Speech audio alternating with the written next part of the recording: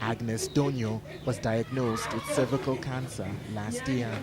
The 46-year-old now spends most of her time at home, which is just a few kilometers outside Accra, Ghana's capital.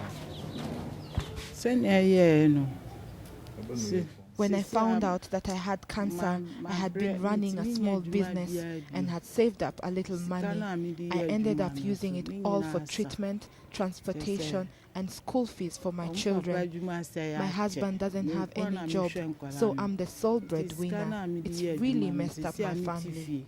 The challenge was how I feel for her, because I found out a lot. I didn't know much about cancer, but when I heard that she has it, I researched a lot about it, and I found out that it was a very serious sickness. So I was affected. It kept me thinking all the time. Agnes has not given up hope of a full recovery. 4 times a week, she goes for treatment at a nearby hospital. Cervical cancer is caused by the human papilloma virus, or HPV. Every sexually active woman is at risk of contracting the virus. About 280,000 women die every year from cervical cancer. 80% of those deaths occur in developing countries.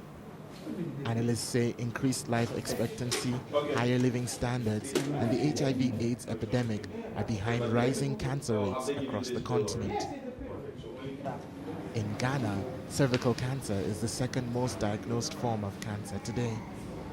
Around 80% of cancer cases in Africa are not diagnosed until the disease is advanced.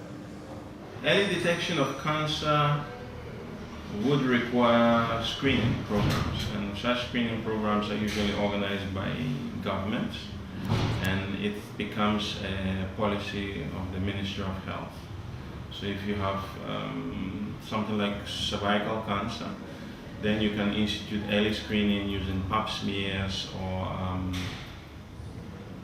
other modalities. Cancer treatment is expensive in Ghana. The cheapest chemotherapy regimen costs about $600, a fee most Ghanaians can't afford. And in cases where surgery is required, patients must go through expensive hormonal, radiotherapy, or chemotherapy treatments afterwards. Okay, don't move too much, we'll be moving your body for you, okay?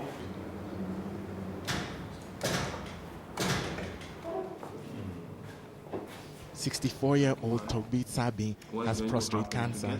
He's currently taking hormones ahead of an operation to remove his prostate. Togbi and other victims are warning people to get regular checkups to help early detection. But that's not all. Apart from that, you're supposed to have radiotherapy, okay? Radiotherapy is giving radiation. It's basically like an X-ray machine which continuously gives you X-ray into the area of the pelvis, and that further kills your prostate cancer. My advice to others is that when they have problems, they should check it early. I think I blame my physician, because when I'm having the problem, I'm telling him I have the problem with my this. He was telling me because I was drinking. I said, Doc, how much do I drink? So later on, if I came to doctor, I'm blaming you because you are the cause. If you have told me I have this earlier on, I will have had it probably removed earlier. When Gladys Boateng found out she had breast cancer 11 years ago, she was able to go to South Africa to have a mastectomy. She now wears a prosthetic bra, which costs about $40.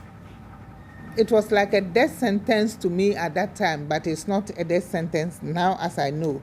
Before, I didn't know of any survivor. All the people I know were dead. That was because they go late presentation. So I thought I was going to die at this time. But I asked the doctor, if you take my breast, will it be the end of the story? He said, if you have a car and a tire bus, are you going to be afraid because they are putting a new tire? You'll be concerned that that one will spoil, so you won't put. Gladys is now the director of Reach for Recovery Ghana, or RRG, a support group for cancer patients and survivors. When we go, we give them these goodie bags. We have this pillow in the bag, whereby after the surgery, they will put it under their armpit to relieve them of their pain.